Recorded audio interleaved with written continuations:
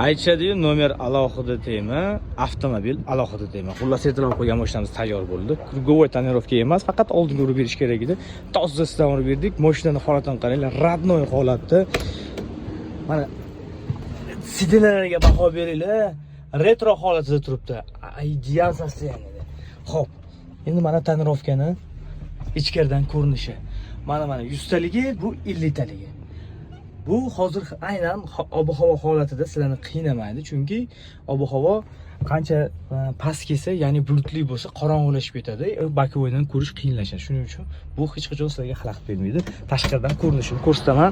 Kokpitda 100 o'xshab turadi. Mana 100 ta tonirovkamiz, mana 50 ta tonirovkamiz. Hozir quyosh tutib turgan holatda mana shunday ko'rinadi. Mana qaranglar. Ideal sostoyaniyada turibdi. Buni motoriga qiziqsanglar, bosh videoda qo'yib o'tdim. 4-pakelina gazi bilan и Priora motor. Buni yurishiga necha baho berishi, xudo xolasa bosgandan keyin bitta ko'ramiz.